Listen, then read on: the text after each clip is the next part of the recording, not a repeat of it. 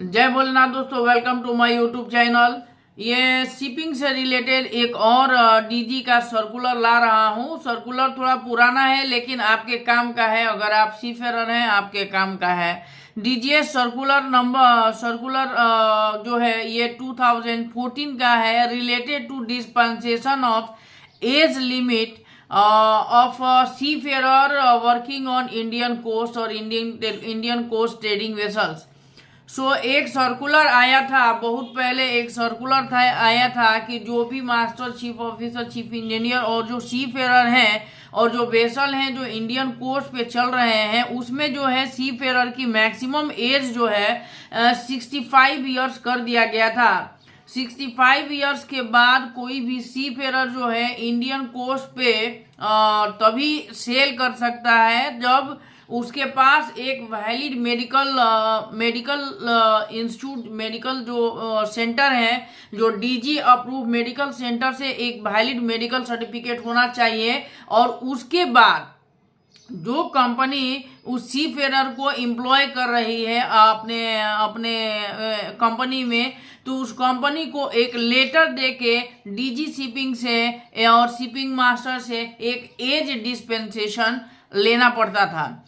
उस सर्कुलर में ये भी मेंशन था दोस्तों कि अगर एक जहाज पे 65 इयर्स से अबव या 65 इयर्स का कोई सी फेरर है तो दूसरा कोई नहीं हो सकता, या तो डेक में या तो इंजन में कोई एक ही सी फेरर ऐसा होगा जिसका एज जो है 65 इयर्स या उससे ऊपर का होगा। अगर उसमें भी जैसा कि मैंने बताया कि उस सी फेरर को जो है जो कॉन्ट्रैक्ट पीरियड है उस पीरियड के बराबर मेडिकल फिटनेस सर्टिफिकेट होने चाहिए, जो कि डीजी अप्रूव मेडिकल सेंटर से होना चाहिए। दूसरा क्या है कि एक डिस्पेंसेशन लेना पड़ेगा कंपनी को, और उसके लिए जो है बहुत सारी लंबी चौड़ी फॉर्मेलिटीज होती थी। अभी ये जो सर्कुलर मैं आपके सामने डाल रहा हूँ, ये सर्कुलर बताएगा आपको कि जो डिस्पेंसेशन की जो प्रक्रिया है उसको डीजी ने समाप्त कर दिया है। अभी क्या है कि सी फेरर 65 एज या उसके ऊपर के भी आप जो है इंडियन कोस्ट पे सेल कर सकते हैं, जॉब कर सकते हैं, और उसके लिए क्या क्या चीजें रिक्वायरमेंट है आइए इस सर्कुलर में आपको बताता हूं। चैनल के साथ बने रहिए और मेरे वीडियोस को लास्ट तक देखें ताकि आपका सहयोग और अपना सहयोग हमारे ऊपर बनाए रखें। जय भोलेनाथ, जय शिव शंकर। तो ये देखिए दोस्तों, ये एमएस नोटिस 20 ऑफ 2014 है जो डीजी शिपिंग के द्वारा इशू किया गया है, डेटेड 3 नवंबर 2014। इसका जो फाइल नंबर है 8NT ब्रैकेट में 6/2011। सब्जेक्ट है discontinuation of grant of as dispensation regarding. So देखिए, the directorate general of shipping, the Directorate General of Shipping had issued circular notice including circulars number 8NT1-1 2000 dated 12/8/2002 regarding the age grant of age dispensation for the officers of 65 years of age and above to sail on the Indian ships. Subsequently, by circular number 8NT1 of 2010 dated 21st Jan 2013, this function was delegated to the respected principal officer of the Mercantile Marine Department MMDs। 2 number का point बोलता है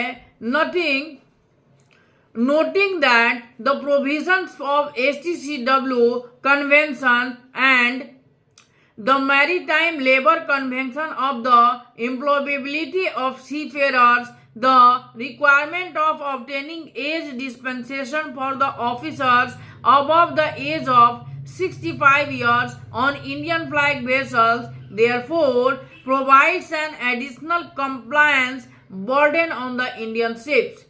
The matter was therefore examined in the Directorate and it has been decided to discontinue the process of grant of age dispensation for officers desiring to work on Indian flag vessels.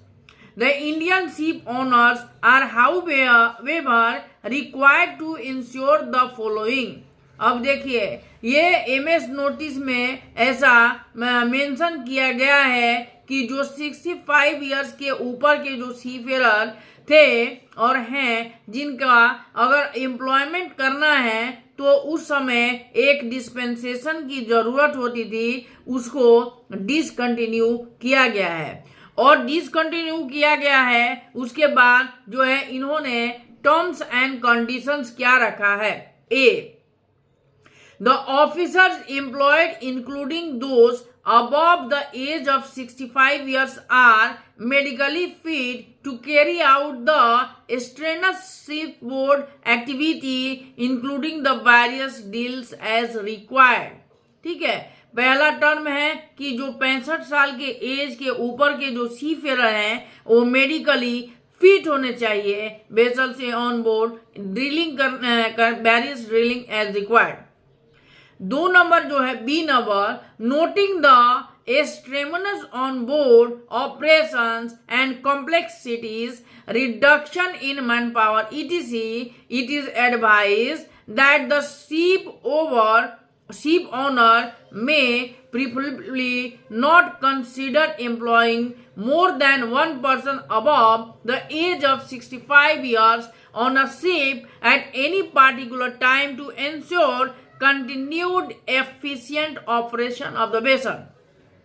मैंने जैसा आपको बताया था कि उन्होंने term condition लगा के जो एज का डिस्पेंसेशन का मैटर है वो हटाया है। दूसरा था कि शिप ओनर को ये कंफर्म करना है कि उनको एक से ज्यादा 65 साल के ऊपर के सीफेरर को किसी एक जहाज पे नहीं रखना है।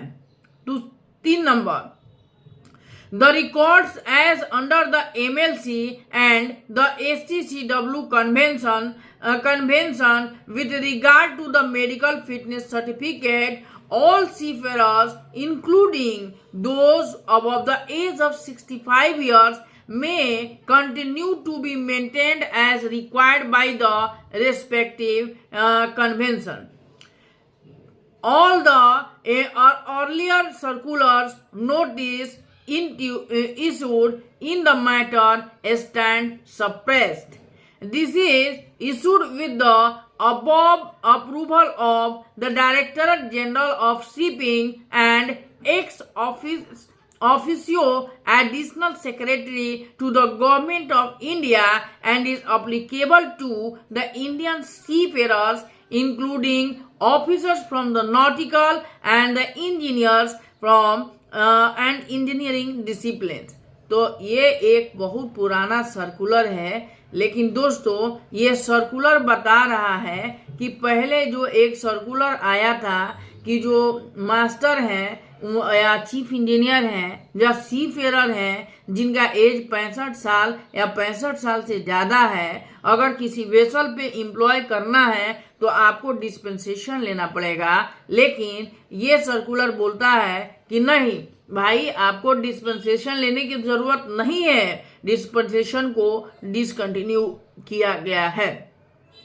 दूसरा चीज क्या है, टर्म्स कंडीशंस वही है, मेडिकल फिटनेस होने चाहिए, एक जहाज पे एक से अधिक 65 इयर्स के कैंडिडेट नहीं होने चाहिए, और मेडिकल फिटनेस सर्टिफिकेट जो है वो उतना ही होना चाहिए जितना कॉन्ट्रैक्ट पीरियड में आपके कॉन्ट्रैक्ट पीरियड का जो लिमिट है उतना लिमिट का ही आपका मेडिकल फिटनेस सर्टिफिकेट होना चाहिए। और आजकल तो मेडिकल फिटनेस सर्टिफिकेट जो है डीजी के साइट पे अपलोड होता है, तो उसमें कोई गड़बड़ की गुंजाइश नहीं है। तो कैसा लगा वीडियो आप जरूर कमेंट करें, और कमेंट करके और भी कोई सर्कुलर आपको चाहिए तो मुझे कमेंट करें, उसका वीडियो मैं बना के आपके सामने लाऊंगा। जय भोलेनाथ, जय श्री शंकर।